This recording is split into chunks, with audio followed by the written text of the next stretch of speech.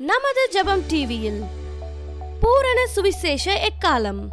What is that stops a person from receiving what God has planned in his life? Many people God wanted to bless and wanted to use. The greatest weapon that the devil takes in his hand to deceive a believer. ஒரு விசுவாசியை வஞ்சிப்பதற்கு பிசாசு தன்னுடைய கரங்களில் எடுக்கிற மிகப்பெரிய ஒரு ஆயுதம். It's excuse. அது ஒருவர் சொல்லுற சாக்குகள்.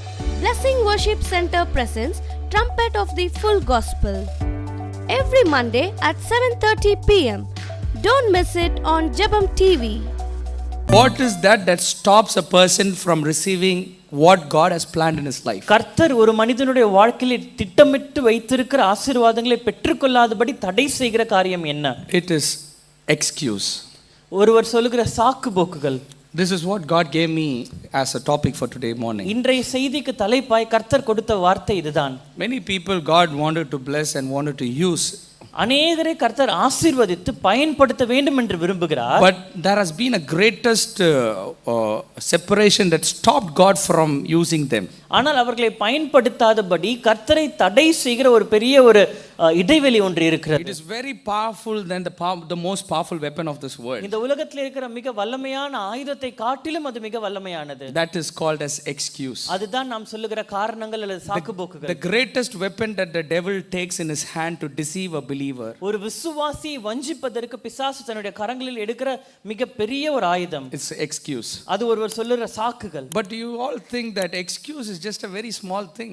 நீங்க நினைக்கலாம் நீங்க சொல்ற காரணங்கள் எல்லாம் சாதாரணமான காரணங்கள் தானே, சின்ன காரணங்கள் தானே. This is what will change the entire course of their life. ஆனால் ஒருவர் சொல்லுகிற இந்த காரணங்களும் சாக்குகளும் அவருடைய வாழ்க்கையை முற்றிலுமாய் மாற்றுகிற ஒன்றாய் இருக்கிறது. Anything that turns away great things is always a small thing.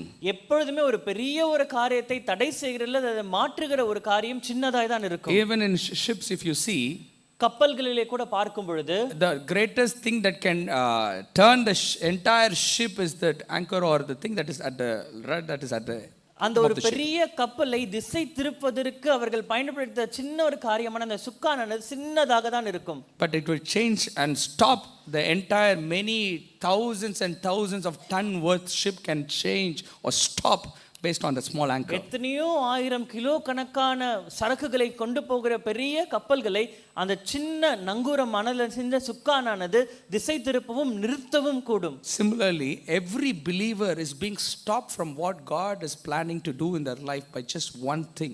It's called as excuse. அதே போல ஒவ்வொரு விசுவாசிகளுடைய வாழ்க்கையிலும் கர்த்தர் அவருடைய வாழ்க்கையை நிறைவேற்ற வேண்டும் என்று விரும்பின திட்டங்களை நிறுத்தவோ அல்லது திசை திருப்பவோ செய்வது நம்முடைய வாழ்க்கையிலே நாம் சொல்லுகிற காரணங்களும் சாக்குப்போக்குகளும் தான். This sermon will be a sermon that God will speak to you individually. தனிப்பட்ட முறையிலே கர்த்தர் உங்கள் ஒவ்வொருவரோடும் கூட பேசுகிற ஒரு செய்தியாய் இந்த செய்தி இருக்க போகிறது. People give excuses fearing failures, low esteem, anxiety and shame.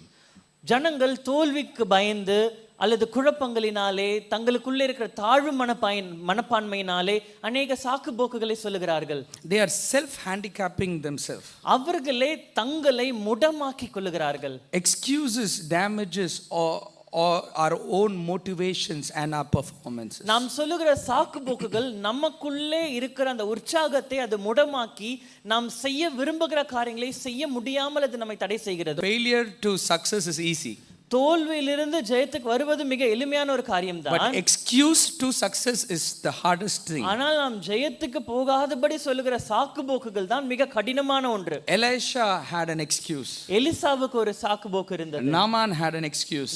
நாகமானுக்கு ஒரு காரணம் இருந்தது. Jeremiah had an excuse. எரேமியாவுக்கு ஒரு காரணம் இருந்தது. Gideon had an excuse. கிதியோனுக்கு ஒரு சாக்குப்போக்கு இருந்தது. All the great people in the Bible had an excuse. வேதத்திலே நாம் பார்க்கிற எல்லா பெரிய பரிசுத்தவான்களுடைய வாழ்க்கையிலும் ஒரு சாக்குப்போக்கு இருந்தது. This excuse is the most powerful object that can stop us. நம்மை தடை செய்யக்கூடிய நிறுத்தக்கூடிய மிக வல்லமையான ஆபத்தான ஒரு காரியம் இதுதான். As I am speaking to you today, நான் இந்த காலைவேளையில் உங்களோடு பேசிக் கொண்டிருக்கும் பொழுது the Lord Holy Spirit will interact with you in an easy way. ஆவியானவர் உங்களோடு கூட எளிமையான விதத்திலே இடைப்படுவார். He will tell you, in this thing you said an excuse. இந்த ஒரு காரியத்துக்கு உன்னை அழைத்த பொழுது நீ இந்த காரணத்தை சொன்னாய் என்று கர்த்தர் உங்களுக்கு நினைவுபடுத்துவார். In this thing you said an excuse. இதிலே உன்னை நான் கூப்பிட்ட போது இந்த காரணத்தை இந்த சாக்குப்போக்கை நீ சொன்னாய். I'm going to tell you what is the danger and the result of an excuse at the later part. இந்த செய்தியின் தொடர்ச்சியிலே நான் சொல்ல போகிறேன். அந்த சாக்குப்போக்கு சொல்லுகிறதுக்கான ஆபத்து என்ன, அதோடைய விளைவு என்ன என்று நான் உங்களுக்கு We all விவரிக்கிறேன். easily tell an excuse. சுலபமாக ஒரு சாக்குப்போக்கை சொல்லிவிட்டு போகலாம். But who is a person who tells excuse in the sight of God? ஆனால் தேவனுடைய சமூகத்திலே, தேவனுடைய பார்வையிலே சாக்குப்போக்கு சொல்லுகிற மனிதன் யார்? I was very surprised when God gave me this word. இந்த வார்த்தை கர்த்தர் எனக்கு கொடுத்த பொழுது எனக்கு அதிர்ச்சியா இருந்தது. As God, Lord, last month I spoke about decision and destiny. நான் கடந்த மாதம் தான் தீர்மானங்களும் இலக்குகளும் என்ற தலைப்பிலே நான் If a பேசினேன். person has to reach the place where God wants to take him, then he has to make a decision. ஒரு மனிதனை கர்த்தர் ஒரு இடத்திற்கு கொண்டு போக வேண்டும் அல்லது ஒரு ஸ்தானத்திற்கு கொண்டு போக வேண்டும் என்று விரும்புகிற பொழுது அதற்கு நாம் செய்ய வேண்டிய காரியம், அதற்கான தீர்மானங்களை நாம் எடுக்க What வேண்டும். is the second step a person has to do to reach their destiny? கர்த்தர் தங்களுக்காக வைத்திருக்கிற லக்கை போய் அடைவதற்கு ஒரு மனிதன் செய்ய வேண்டிய இரண்டாவது காரியம் என்ன? I was thinking God will lead me towards some big things. ஏதோ ஒரு பெரிய ஒரு அடுத்த படியை கர்த்தர் எனக்கு வெளிப்படுத்துவார் என்று நான் But யோசித்துக் God, கொண்டிருந்தேன். I know this word came from God. எனக்கு நன்றாக தெரியும், நான் ஆழமாய் விசுவாசிக்கிறேன், இந்த வார்த்தை கர்த்தருடைய கரங்களிலிருந்து வந்தது. God said the second thing why I am not able to bless them is because they have a behavior of excuse. அவர்களை என்னால் ஆசீர்வதிக்க முடியாததற்கு இரண்டாவது காரணம் என்னவென்றால் அவருடைய வாழ்க்கையிலே காணப்படுகிற பெரிய ஒரு காரியம் அவர்கள் சொல்லுகிற சாக்குப்போக்குகள். It is like a quicksand in the land of living. ஜீவனுள்ளோர் தேசத்திலே நாம் மாட்டிக்கொள்ளுகிற ஒரு புதைக்குழி போன்ற ஒரு காரியம். In a living land everything is there. ஜீவனுள்ள தேசத்துல எல்லாம் இருக்கிறது. But when a person gets caught in a quicksand, ஆனால் அந்த புதைக்குழியிலே ஒரு மனிதன் மாட்டிக்கொள்ளும் பொழுது, though he can see everything in that living land, அங்கே சுற்றி எல்லாம் நன்றாய் இருக்கிறதை அவன் பார்க்க முடியும். but this sand will pull him slowly inside. ஆனால் இந்த குழியானது அந்த மனிதனை கொஞ்சம் கொஞ்சமாக உள்வாங்கிக் கொள்ளும், உள்ளே எடுத்துக்கொள்ளும். Similarly, excuse will pull a person slowly inside a vessel of failure. அதே போலதான் சாக்குப்போக்குகளானது ஒரு மனிதனை தோல்விக்குள்ளே கொஞ்சம் கொஞ்சமாக இழுத்துக்கொண்டே போகும். It reduces the stature of a person. ஒரு மனிதனுடைய நிலையை மாற்றும். Excuse is the most painless way to escape something. ஏதோ ஒரு காரியத்திலிருந்து கஷ்டமே இல்லாமல், வலி இல்லாமல் தப்பித்துக் கொள்ளுகிற ஒரு வழி சாக்குப்போக்கு சொல்வதுதான். The scientific fact says, விஞ்ஞானிகள் சொல்லுகிறார்கள், in a year a person tells 1,64,250 excuses in his lifetime. தன்னுடைய ஒரு ஆண்டிலே, in his lifetime, அவருடைய வாழ்நாள் முழுவதும் கணக்கிட்டு பார்த்தால் ஒரு மனிதன் ஏறக்குறைய 1,64,280 சாக்குப்போக்குகளை சொல்லுகிறான். almost 6 excuses daily. கணக்கிட்டு பார்த்தால் ஒரு நாளிலே 6 சாக்குப்போக்குகளை நாம் சொல்லுகிறோம். In a year 2,190 excuses. ஒரு ஆண்டிலே 2190 சாக்குப்போக்குகள்.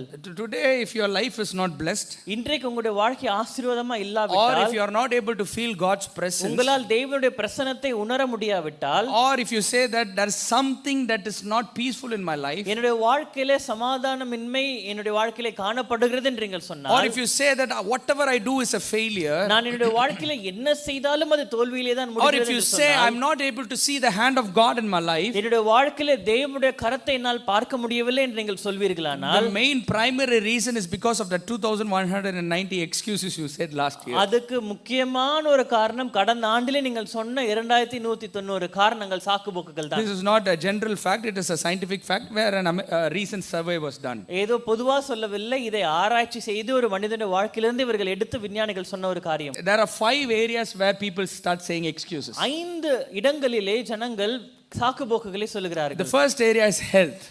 முதலாவது இடம் சுகம். Second is finances. இரண்டாவது தங்களுடைய பொருளாதாரத்திலே சாக்குப்போக்குகள். Third, they say excuses in their relationships. மூன்றாவதாக தங்களுடைய உறவுகளிலே சாக்குப்போக்குகளை Fourth, சொல்லுகிறார்கள். they say excuses in their personal growth. நான்காவதாக தனிப்பட்ட வளர்ச்சியிலே அவர்கள் சாக்குப்போக்குகளை And fifth, சொல்லுகிறார்கள். they say excuses in their spiritual life that is connected to God. ஐந்தாவதாக தேவனோடு கூட இணைக்கப்பட்டிருக்கிற தங்களுடைய ஆவிக்குரிய வாழ்க்கையிலே சாக்குப்போக்குகளை Wherever சொல்லுகிறார்கள். you would have said an excuse, you would have been into that result that you are experiencing today.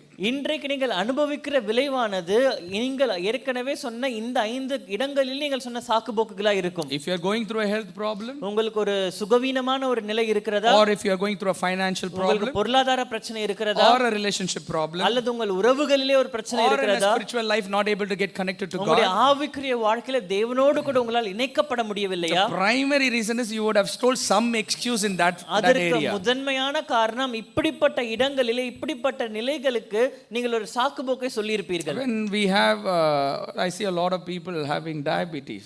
அநேகருக்கு diabetes இருக்கிறதை நான் பார்க்கிறேன். Then I ask, what is the primary reason நான் for it? அதோட காரணம் என்ன என்று யோசித்து பார்த்தால், When we see that they say you should not eat that, இதை சாப்பிடக் கூடாது என்று சொல்லி we இருந்தால், know that if we eat this continuously, we'll have that. அதை தொடர்ந்து நாம் சாப்பிட்டால் சர்க்கரை நோய் அதிகமாகும் தெரியும். And still we do that and eat it, so we end up in diabetes. ஆனாலும் அதற்கு நாம் தடை செய்யாமல் அதை சாப்பிட்டு விட்டு கடைசியில் டயபெட்டிஸ் அதிகமாக. Why when we ate the first thing that we should have stopped eating, முதல் முறை எடுக்கும் பொழுதே அதை சாப்பிடாமல் இருந்திருக்கணும். we would have told one time நாம என்ன சொல்லிருப்போம், சரி ஒண்ணுதானே and பரவாயில்லை, we'll eat it. அதை சாப்பிட்டிருப்போம். That excuse would have taken you to the diabetes level. அந்த சொன்ன சின்ன ஒரு சாக்கு போக்கு பரவாயில்ல ஒண்ணு என்று சொன்னதுதான் தொடர்ந்து கொஞ்சம் கொஞ்சமாக கூடிக்கொண்டு கடைசியில் டயபெட்டிஸ் வருகிறதுக்கு In காரணமா our இருக்கிறது. spiritual life, when God says come to this prayer meeting, ஆவிக்குரிய வாழ்க்கையில கூட நாம் பார்க்கும்பொழுது இந்த ஜெபத்திற்கு வா என்று கர்த்தர் சொல்லும் பொழுது, one meeting only, la Sunday I am attending.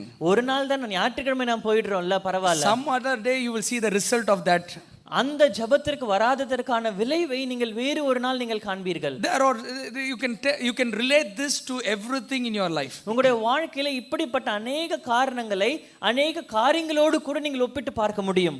If you are not serious about changing your life, உங்களுடைய வாழ்க்கை முறையை மாற்றுவதிலே நீங்கள் கவனமா இல்லாவிட்டால் you will find a way to tell an excuse. நீங்கள் திரும்பவும் உங்களுடைய வாழ்க்கையில சாக்கு போக்கு சொல்வதற்கு தான் நீங்கள் வழியை Many கண்டுபிடிப்பீர்கள். youngsters come to me and tell some excuses. அநேக வாலிபர்கள் எப்பொழுதுமே வந்து ஏதாவது ஒரு சாக்கு போக்கை Or சொல்லுவார்கள். everyone says this excuse. எல்லாமே இதுதான் சொல்லுவார்கள். They say, I don't have enough. அவங்க என்கிட்ட போதுமான அளவு இல்ல, I'm afraid. எனக்கு பயமா இருக்குது, What if this happens? இது இப்படி நடந்தா என்ன I பண்றது, don't have money. என்கிட்ட பணம் I இல்ல, don't have talent. என்கிட்ட திறமை இல்ல, I don't have experience. எனக்கு அனுபவம் I இல்லை, don't have good family background. எனக்கு நல்ல குடும்ப பின்னணி இல்லை, I don't have experience or help like others in their family. மற்றவருடைய குடும்பத்துல இருக்கிறது போன்ற உதவி என்னுடைய குடும்பத்துல எனக்கு My இல்லை, family doesn't have this support. என்னுடைய குடும்பத்துக்கு இப்படிப்பட்ட ஒரு பின்னணியோ உதவியோ இல்லை. When we keep telling these kinds of excuses, automatically our ship is turning from God towards different direction. இப்படிப்பட்ட சாக்கு போக்குகளை நாம் தொடர்ந்து சொல்லிக்கொண்டே இருக்கும் பொழுது கர்த்தருக்கு நேராய் போகிறதிலிருந்து நம்முடைய கப்பல் ஆனது கொஞ்சம் கொஞ்சமாக திசை திரும்பி கொண்டிருக்கிறது. If you cannot find what God has for you till you say an excuse. நீங்கள் சாக்கு போக்குகளை சொல்லிக் கொண்டிருக்கிறவரை கர்த்தர் உங்களுக்காக என்ன வைத்திருக்கிறார், என்ன ஏற்படுத்தியிருக்கிறார் என்பதை உங்களால் காண முடியாது. There are two primary reasons why a person tells an excuse. ஒரு மனிதன் சாக்கு போக்கு சொல்வதற்கு இரண்டு பிரதானமான காரணங்கள் உண்டு. The first reason is the fear that he has. முதலாவது காரணம் அவனுக்குள்ள இருக்கிற பயம். Second reason is he has no interest in what is said or no priority. இரண்டாவதாக சொல்லப்பட்ட காரியங்கள் அல்லது செய்ய வேண்டும் என்று சொன்ன காரியங்களிலே அவருக்கு ஈடுபாடு இல்லை அல்லது அது அவருக்கு முக்கியமானதா இல்லை என்பதற்காக These are the two reasons. Next time when you tell an excuse, நீங்க அடுத்த முறை உங்களுக்கு ஒரு சாக்கு போக்கு நீங்க சொல்லும் பொழுது these will be the only two reasons. இதுதான் இரண்டு காரணமா இருக்க முடியும். One, it should be fear. ஒன்னு நீங்க அதற்கு பயந்து இருக்கணும். Or second, it will not be in your priority list. இல்ல அது உங்களுக்கு முக்கியமான ஒண்ணா இல்லாமல் இருக்கலாம். There are a lot of examples in the Bible who have told their excuses and lost what God had for them. வேதத்திலே கூட நாம் பார்க்கும்போது அநேகர் கர்த்தர் தங்களுக்கு சொல்லும் பொழுது அநேக சாக்கு போக்குகளை சொல்லி கர்த்தர் தங்களுக்காக வைத்ததை இழந்தவர்களே நாம் பார்க்க முடியும். There is a person in Bible, you can go home and read. நீங்க வீட்டுக்கு போய் வாசித்து பார்க்கலாம். வேதத்திலே ஒரு நபர் உண்டு. God gave them a person 5 talent, 2 talent and 1 talent. ஒரு மனிதனிடத்தில் 5 தாலந்தை கொடுத்தார், இன்னொரு மனிதனிடத்தில் 2 தாலந்தை கொடுத்தார், இன்னொரு மனிதனிடத்தில் 1 தாலந்தை கொடுத்தார். God gave each one according to what God desired. கர்த்தர் என்ன விருப்பப்பட்டாரோ அவர் எப்படி யோசித்தாரோ அதன்படி ஒவ்வொருவனுக்கும் ஒவ்வொரு தாலந்தை அவர் கொடுத்தார். This 5 talent man made it into 10, 2 into 4. This 1 talent person went and buried it. 5 தாலந்துக்காரன் அதை 10 தாலந்தாக மாற்றினான். 2 தாலந்து பெற்றவன் அதை 4 தாலந்தாக மாற்றினான். 1 தாலந்தை பெற்றவனோ அதை போய் புதைத்து விட்டான். God is giving a talent to a person. கர்த்தர் தாலந்தை ஒரு மனிதனிடத்திலே கொடுக்கிறார். He is telling you will expect a reap from where you have not sown. நீ விதைக்காத இடத்தில் அறுக்கிறவர் அல்ல என்பதை நான் அறிந்திருக்கிறேன். He is telling an excuse why he didn't grow his talent. தனக்கு கொடுத்த தாலந்தை ஏன் அவன் வளர்க்கவில்லை என்பதற்கு ஒரு சாக்கு போக்கை He is சொல்லுகிறார். telling this is the reason why I didn't grow it. இந்த காரணத்தினால் தான் நான் அந்த தாலந்தை நான் பெருக்கவில்லை. The reason that he said can also be right. அவன் சொன்ன காரணமும் சரியாக தான் இருக்கலாம். But God said ஆனா கர்த்தர் in சொல்லுகிறார் 30th verse, பிரயோஜனமற்ற ஊழியக்காரனே இவனை புறம்பான இருளிலே தள்ளி போடுங்கள், அங்கே அழுகையும் பற்கடிக்கும் உண்டாயிருக்கும் என்றான். throw him in darkness, let there be tears and gnashing of his teeth. அவனை புறம்பான இருளிலே தள்ளி போடுங்கள், அங்கே அழுகையும் பற்கடிப்பும் உண்டாயிருக்கும் என்றார். What sin did this man do? இந்த மனிதன் செய்த பாவம் என்ன? What did he do? அவன் என்ன செய்தான்? Did he go and murder someone? யாரையாவது போய் கொலை செய்தானா? Or did he steal? இல்ல போய் திருடினானா? Or did he involve in some sin? ஏதாவது ஒரு பாவத்துல ஈடுபட்டானா? No. இல்லை. All that he did is, அவன் செய்ததெல்லாம், he didn't do what God gave him to do. He didn't expand it. கர்த்தர் அவனுக்கு கொடுத்ததை செய்யாமல், கர்த்தர் அவனுக்கு கொடுத்ததை பெருக்காமல், He came telling excuses to God. கர்த்தரிடத்திலே சாக்குபோக்குகளை சொல்லிக் கொண்டு அவன் திரும்ப வந்தான். Every time we say an excuse, ஒவ்வொரு முறையும் நாம் சாக்குபோக்கு சொல்லும் பொழுது, you need to understand what's God's thinking about us. கர்த்தர் நம்மை குறித்து என்ன யோசிக்கிறார் என்பதை நீங்கள் புரிந்து கொள்ள வேண்டும். God says, you useless fellow, அங்கே கர்த்தர் சொல்லுகிறார், பிரயோஜனமற்ற ஊழியக்காரனே, you are not useful. நீ எந்த விதத்திலும் எனக்கு So பிரயோஜனம் இல்லை. the primary lesson that God is trying to teach us here, நமக்கு இந்த நேரத்திலே கர்த்தர் கற்றுக் கொடுக்கிற முதலாவது காரியம், stop saying excuses. சாக்குபோக்குகளை சொல்லுவதை நாம் நிறுத்த வேண்டும். The moment you start selling excuses, நீங்கள் சாக்குபோக்கு சொல்லும் பொழுது God is really not pleased with it. அதிலே கர்த்தர் ஒருபோதும் பிரியப்படுகிறவர் அல்ல. There are different people who have given excuses in the Bible. We are going to finish in another 15-20 minutes. இதே போல வேதத்துல இன்னும் அநேகர் சாக்குபோக்களை சொல்லி இருக்கிறார்கள். Where did this attitude of excuse start? இந்த சாக்குபோக்கு சொல்லுகிறது எங்கிருந்து ஆரம்பிக்கிறது? It started in the Garden of Eden. அது ஏதேன் தோட்டத்திலிருந்து ஆரம்பித்தது. When God created Adam and Eve, கர்த்தர் ஆதாமும் ஏவாளையும் சிருஷ்டித்த பொழுது, and he put them in the garden, அவர்களை ஏதேன் தோட்டத்திலே வைத்தார். he said, don't eat that fruit. அவர் சொன்னார், அந்த கனியை நீ புசிக்க வேண்டாம். And after that, you all know that story. உங்கள் அந்த கதை எல்லாம் உங்களுக்கு நல்லா தெரியும். In Genesis 3rd chapter 8th verse, ஆதியாகமம் 3ஆம் அதிகாரம் 8ஆம் வசனத்திலே the Bible says, வேதம் சொல்லுகிறது, Adam was hiding behind the fig trees. ஆதாம் அத்தி மரத்தின் பின்பாக ஒளிந்து கொண்டிருந்தான். Adam was hiding behind fig trees. ஆதாம் அந்த அத்தி மரத்தின் பின்பாக ஒளிந்து கொண்டிருந்தான். The fig tree also denotes good things in our life. அந்த அத்தி மரமானது நம்முடைய வாழ்க்கையில காணப்படுகிற நல்ல காரியங்களை காட்டுகிறது. Fig tree denotes that Adam was hiding his talents and staying behind. ஆதாம் தன்னுடைய பாவத்துக்கு மறைந்து அந்த அத்திமரத்தின் பின்பாக ஒளிந்து He is கொண்டிருக்கிறான். hiding his talents and staying behind. அவனுடைய தாளந்துகளை ஒளித்து கொண்டு அவன் மறைந்து He is கொண்டிருக்கிறான். hiding his strength and staying behind. தன்னுடைய பலனை மறைத்து கொண்டு அவன் ஒளிந்து He is கொண்டிருக்கிறான். hiding his potential and staying behind. அவன் தன்னுடைய திறனை எல்லாம் மறைத்து கொண்டு அங்கே ஒளிந்து கொண்டிருக்கிறான். See, there is something hidden to that word. அங்கே அந்த வார்த்தையிலே மறைந்து இருக்கிற ஒரு ரகசியம் ஒன்று இருக்கிறது. He was hiding behind, அவன் தன்னை ஒளித்து கொண்டான். and God calls him and asks him, அப்பொழுது தேவனாகிய கர்த்தர் ஆதாமை அழைத்து கூப்பிடுகிறார். where are you? ஆதாமே எங்கே இருக்கிறாய்? Why are you hiding? நீ எங்கே ஒளிந்து கொண்டிருக்கிறாய்? And he says, Lord, this is the reason. அதற்கு ஆதாம் இதுதான் காரணம் என்று சொல்லுகிறார். When you read Genesis 3rd chapter 9th and 10th verse, அப்பொழுது தேவனாகிய கர்த்தர் ஆதாமை கூப்பிட்டு நீ எங்கே இருக்கிறாய் என்றார். அதற்கு அவன், நான் தேவருடைய சத்தத்தை தோட்டத்திலே கேட்டு நான் நிர்வாணியா இருப்பதினால் பயந்து ஒளிந்து கொண்டேன் என்றான். here God asked him a very simple question. கர்த்தர் ஒரு சின்ன ஒரு கேள்விதான், எளிமையான ஒரு கேள்விதான் கேட்டார். Did you eat of the tree that I told not to eat? நான் உனக்கு விலக்கின அந்த விருட்சத்தின் கனியை புசித்தாயோ என்று The கேட்டார். answer of Adam should have been, sorry Lord, I did it, I'm sorry, I want you back. ஆதாமுடைய பதில் என்னவா இருக்கு? ஆண்டவரே மன்னித்து விடுங்கள், நான் தவறு செய்தேன், சாப்பிட்டு விட்டேன், எனக்கு நீர் திரும்ப தேவை என்று சொல்லி இருக்கலாம். It could have, I think it would have got over there. அங்கே முடிந்திருக்கலாம். But the devil trapped Adam with God with the reason is excuse. ஆனால் இந்த இடத்திலே கர்த்தரிடத்திலிருந்து ஆதாமை பிரித்து விடுவதற்கு பிசாசு பயன்படுத்தின முதல் ஆயுதம் அங்கே சாக்குபோக்கு. He is saying, I didn't do it. நான் செய்யவில்லை. He is in fact blaming God now. இப்பொழுது அவன் ஆண்டவரையே கர்த்தரையே பழி He is சொல்லுகிறான். saying the women that you gave. நீர் எனக்கு தேவரீர், நீர் எனக்கு தந்த ஸ்திரீயானவள் என்று சொல்லுகிறான். First he is blaming God. முதலாவது தேவனை குறை சொல்லுகிறான். Then he is blaming his wife. இரண்டாவது தன்னுடைய மனைவியின் மேல் பழி சொல்லுகிறான். See the two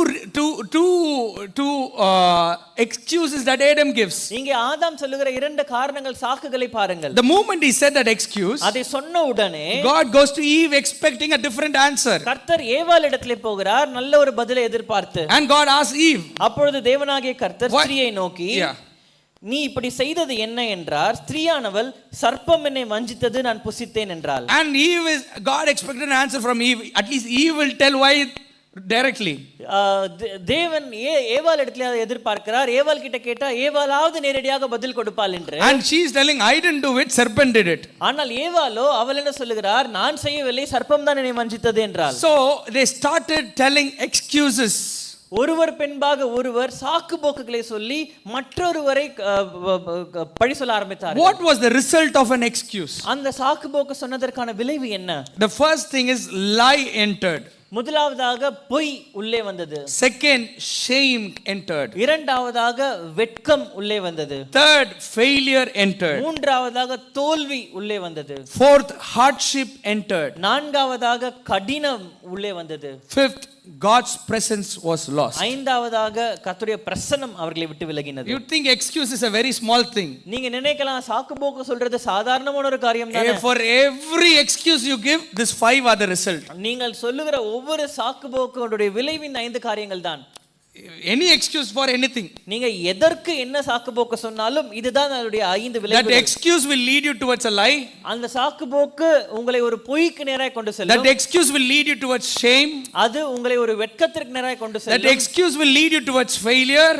அது உங்களை ஒரு தோல்விக்கு நேராக கொண்டு The செல்லும். excuse will lead you towards hardship. அந்த சாக்கு போக்கானது உங்களை ஒரு கடினத்திற்கு நேராக கொண்டு The செல்லும். excuse will lead you towards losing God's presence நீங்க himself. சொன்ன அந்த சாக்கு போக்கு தேவ பிரசன்னத்தையே கடைசியில் இழக்க செய்யும். See, I told you, excuse is not ordinary as you think. நான் சொன்னது போல நீங்கள் நினைப்பது போல சாக்கு போக்கானது சாதாரணமான ஒரு விஷயம் அல்ல. In an aeroplane, if there is a small technical error, it is enough for to bring the entire plane down to the floor.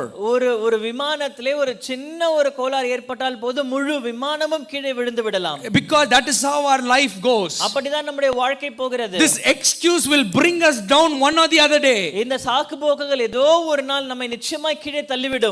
These are the results of excuse. இதுதான் நீங்கள் சொல்லுகிற சாக்கு போக்குகளுடைய விளைவுகள். You saw a person who told excuse, what all happened to them. ஒரு மனிதனுடைய வாழ்க்கையில சாக்கு போக்கு சொன்ன பொழுது என்ன நடந்தது என்பதை நீங்கள் பார்த்தீர்கள். I'm going to show a person who didn't tell excuse what happened to him. ஆனால் இன்னொரு மனிதனை உங்களுக்கு காண்பிக்க விரும்புகிறேன். அவன் சாக்கு போக்கு சொல்லவில்லை, சொல்லாததினால் அவன் வாழ்க்கையில் என்ன நடந்தது என்பதை நாம் பார்க்க போகிறோம். I've come to the end of my message. என்னோட செய்தியின் கடைசிக்கு நான் வந்திருக்கிறேன். Because we have only few minutes before us. நமக்கு முன்பாக ஒரு சில நிமிடங்கள் தான் இருக்கிறது. But one of the example is Joseph. அதனுடைய ஒரு உதாரணம் யோசேப்பு. You can go home and read about it. நீங்கள் வீட்டுக்கு போய் யோசேப்பை குறித்து வாசித்து பார்க்கலாம். From Genesis 37 to 50th chapter. ஆதியாகமம் 37ஆம் அதிகாரத்திலிருந்து 50ஆம் அதிகாரம் வரை Joseph had every reason to tell an excuse why he could not make it. ஏன் முடியவில்லை, ஏன் செய்யவில்லை என்பதற்கு அநேக காரணங்களை சாக்கு போக்குகளை யோசேப்பு சொல்லி இருக்கலாம். He was in the prison. அவன் சிறைச்சாலையிலே இருந்தான். He was in the market slave. சந்தையிலே அடிமையாய் விற்கப்பட்டார். He was sold by his own brothers. தன் சொந்த சகோதரனால் விற்கப்பட்டார். He was stripped naked. நிர்வாணமாய் நிற்கப்பட்டார். He was falsely accused. தவறான குற்றச்சாட்டு வைக்கப்பட்டது. The people whom he helped forgot him. தான் உதவி செய்த மனிதர்களே அவனை மறந்து விட்டார்கள். Everything negative happened to Joseph, though he didn't do anything. யோசேப்பு எந்த தவறும் செய்யாத பொழுதிலும் யோசேப்புக்கு எல்லாமே தவறாக தான் நடந்திருந்தது. He had all the reason to tell why he could not make it. ஏன் என்னால் முடியவில்லை என்பதற்கு அநேக சாக்கு போக்குகளை யோசேப்பினால் சொல்ல முடியும். How can a person become from a slave to a prime minister, the greatest post in any country of the world? தேசத்தின் உலகத்தின் எந்த தேசத்திலும் மிக மேன்மையான ஸ்தானமாகி தேசத்தின் அதிபதியாய் ஒரு மனிதன் அடிமையிலிருந்து எப்படி மாற முடியும்? It is not by any other characters. There are a lot of characters. யோசேப்பிலிருந்து அநேக நல்ல சுபாவங்கள் உண்டு. But this is a very primary character that he had. ஆனால் யோசேப்புக்குள்ள இருந்த மிக முக்கியமான சுபாவம் இதுதான். He never said an excuse in his entire life. தன்னுடைய வாழ்நாள் முழுவதிலும் எதற்கும் எந்த ஒரு சாக்கு போக்கையும் யோசேப்பு சொல்லவில்லை. He faced everything. எல்லாவற்றையுமே எதிர்கொண்டார். But I'm going to tell how he faced later. அவர் எப்படி எதிர்கொண்டார் என்பதை உங்களுக்கு நான் அப்புறமாக சொல்லுகிறேன். But he faced everything without an excuse. ஆனால் சாக்கு போக்கு இல்லாமல் அதை எல்லாம் எதிர்கொண்டார். If you or me is put into the same situation, நீங்களோ அல்லது நானோ அப்படிப்பட்ட ஒரு சூழ்நிலையிலே வைக்கப்பட்டோமானால் what we would tell is, நீங்களோ நானோ என்ன சொல்லுவோம்? what is the use of serving God? தேவனை சேவித்து என்ன பிரயோஜனம்? I am wrongly accused. நான் எனக்கு என்மேல் தவறாய் குற்றம் சாட்டுகிறார்கள். What is the use of serving God? தேவனை சேவித்து என்ன பிரயோஜனம்? I don't see God's hand in my life. என்னுடைய வாழ்க்கையிலே தேவனுடைய கரமே இல்லை. What is the use of serving God? தேவனை சேவித்து என்ன பிரயோஜனம்? I have lost everything that I had. என்னிலே இருந்தது எல்லாவற்றையும் நான் இழந்து போனேன். What is the use of serving God? தேவனை சேவித்து என்ன பிரயோஜனம்? I lost my health and position. என்னுடைய சுகத்தையும் என்னுடைய ஸ்தானத்தையும் நான் இழந்து விட்டேன். There was all the reasons that Joseph could have said, but he avoided telling excuses. யோசேப்பு இப்படிப்பட்ட எத்தனையோ காரணங்களை சாக்குப்போக்களை சொல்லியிருக்கலாம், ஆனால் அவர் சொல்லவில்லை. But God blessed him to become a prime minister. தேசத்தின் அதிபதியாய் மாறக்கூடிய ஒரு நிலைக்கு கர்த்தர் You யோசேப்பை never ஆசீர்வதித்தார். know the power of an excuse to pull a person down. At the same time, when a person can avoid an excuse, it can lift a person up. ஒரு மனிதன் சாக்குப்போக்க சொல்லும் பொழுது அந்த மனிதனை எவ்வளவு கீழாய் இந்த சாக்குப்போக்கு இழுத்துக்கொள்ளும், அல்லது அந்த சாக்குப்போக்க சொல்லாமல் ஒரு மனிதன் இருந்தால் அது எவ்வளவு மேன்மையா ஒரு மனிதனை கொண்டு போகும் என்பதை நாம் இதிலே பார்க்க முடியும். From today, try practicing this in your daily life. இதை உங்களுடைய தினந்தோற வாழ்க்கையிலே நீங்கள் அபியாசப்படுத்துங்க. In all the 5 areas that I said. நான் சொன்ன 5 நிலைகளிலும். In the medical field, they say, மருத்துவ துறையில இப்படியாக சொல்லுவார்கள், amygdala, a part of human brain, amygdala என்ற ஒரு நம்ம மூளையில இருக்கிற ஒரு பகுதியானது is the most important structure of fear response. நம் பயத்திலே நாம் செய்யக்கூடிய அந்த காரியங்கள் எல்லாம் அந்த அமிக்டலா என்ற மூளையில இருக்க பகுதியிலிருந்து வருகிற ரெஸ்பான்சஸ் தான். If you feel a fear, உங்களுக்கு பயம் வந்தால், there is a reason behind that fear. அந்த பயத்துக்கு பின்பாக ஒரு காரணம் இருக்கிறது. That is called as an excuse. அது நீங்கள் சொல்லுகிற காரணங்கள். And fear makes you tell excuse. அந்த பயம் உங்களை ஒரு காரணத்தை சொல்ல வைக்கிறது. And when you tell an excuse, நீங்கள் ஒரு காரணத்தை சொல்லும் பொழுது, there is a part in a human brain that reacts to it. நம்முடைய மூளையிலே ஒரு பகுதி ஒன்று இருக்கிறது. அந்த பகுதியிலே இதற்கான ஒரு ரியாக்ஷன் வருகிறது. Go home and study about it. நீங்க வீட்டுக்கு போய் இத குறித்து வாசித்து It's called பாருங்கள். as amygdala. அமிக்டலா என்ற பகுதி. And they also said, அதிலே சொல்லப்பட்டிருக்கிறது, if a person can learn to freeze that part in his body, தன்னுடைய மூளையில இருக்க அந்த பகுதியை செயல்படாமல் ஒரு மனிதன் கட்டுப்படுத்த முடியுமானால், he automatically becomes a person without excuse and becomes fearless. எந்த ஒரு சாக்குப்போக்குகள் சொல்லாம காரணங்கள் சொல்லாமல் பயமில்லாத ஒரு மனிதனாய் மாற முடியும்.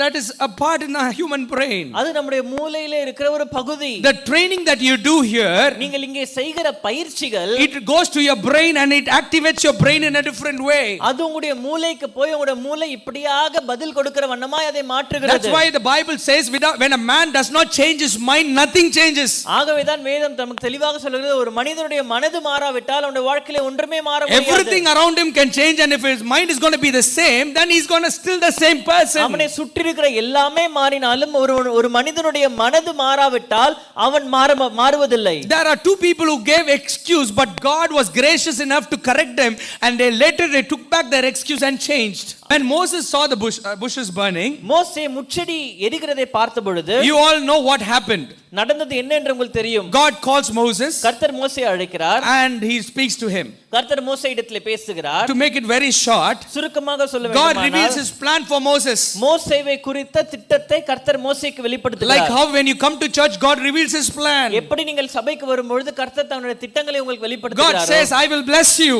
கர்த்தர் சொல்லுகிறார், நான் உன்னை ஆசீர்வதிப்பேன். I will make you into a big nation. உன்னை ஒரு பெரிய ஜாதியாய் மாற்றுவேன். You will be in the highest positions of this world. இந்த உலகத்தின் மேன்மையான ஸ்தானங்களுக்கு நான் உன்னை கொண்டு செல்லுவேன். In your days of your life, no one will be able to stand against உன்னுடைய you. வாழ்நாள் முழுவதும் ஒருவனும் உன்னை எதிர்த்து நிற்க முடியாது. Whatever you touch will prosper. நீ தொடுவதெல்லாம், நீ செய்வதெல்லாம் வாய்க்கும். Goodness and mercy shall follow you. நன்மையும் கிருபையும் உன்னை பின்தொடரும். These are all what God speaks to a person. இது எல்லாம் ஒரு மனிதனிடத்திலே கர்த்தர் பேசுகிறார். That is how God revealed his heart to Moses. இப்படியாகத்தான் கர்த்தர் மோசேயிடத்திலே தன்னுடைய இருதயத்தை வெளிப்படுத்துகிறார். Moses, I have a plan about your life. மோசே, உன்னுடைய வாழ்க்கை குறித்த திட்டம் எனக்கு இருக்கிறது. I want you to fulfill that plan in your life. நீ உன்னுடைய வாழ்க்கையிலே அந்த திட்டத்தை நிறைவேற்ற வேண்டும். As soon as God told all these things, இந்த திட்டங்களை எல்லாம் கர்த்தர் மோசேயிடத்திலே சொன்ன பொழுது, you know what Moses did? மோசே என்ன செய்தார் தெரியுமா? He gave 5 big excuses. 5 பெரிய காரணங்களை சொல்லுகிறார். He says, I cannot, Lord. நான் என்னால் முடியாத ஆண்டவரே. I am not good for it, Lord. நான் அதற்கு தகுதியானவன் அல்ல. My background is not for it, Lord. என்னுடைய பின்னணி அதற்கு ஏற்ற I பின்னணி cannot அல்ல. speak, Lord. என்னால் பேச முடியாது. I am not talented, Lord. எனக்கு அதற்கான திறமை இல்லை. I am not qualified, Lord. அதற்கு நான் தகுதியானவன் அல்ல. 5 reasons Moses gives why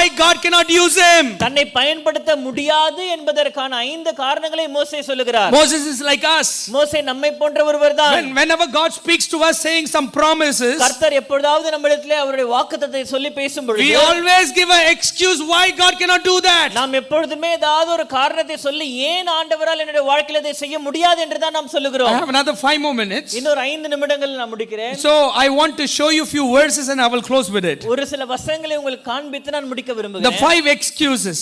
5 காரணங்கள். The first excuse, முதலாவது காரணம், Moses says மோசே in சொல்லுகிறார், 3rd chapter 11th verse, அப்பொழுது மோசே தேவனை நோக்கி, பார்வோனிடத்துக்கு போகவும் இஸ்ரவேல் புத்திரரை எகிப்திலிருந்து அழைத்து வரவும் நான் எம்மாத்திரம் என்றார். see, God is telling him, you are the deliverer for Israel.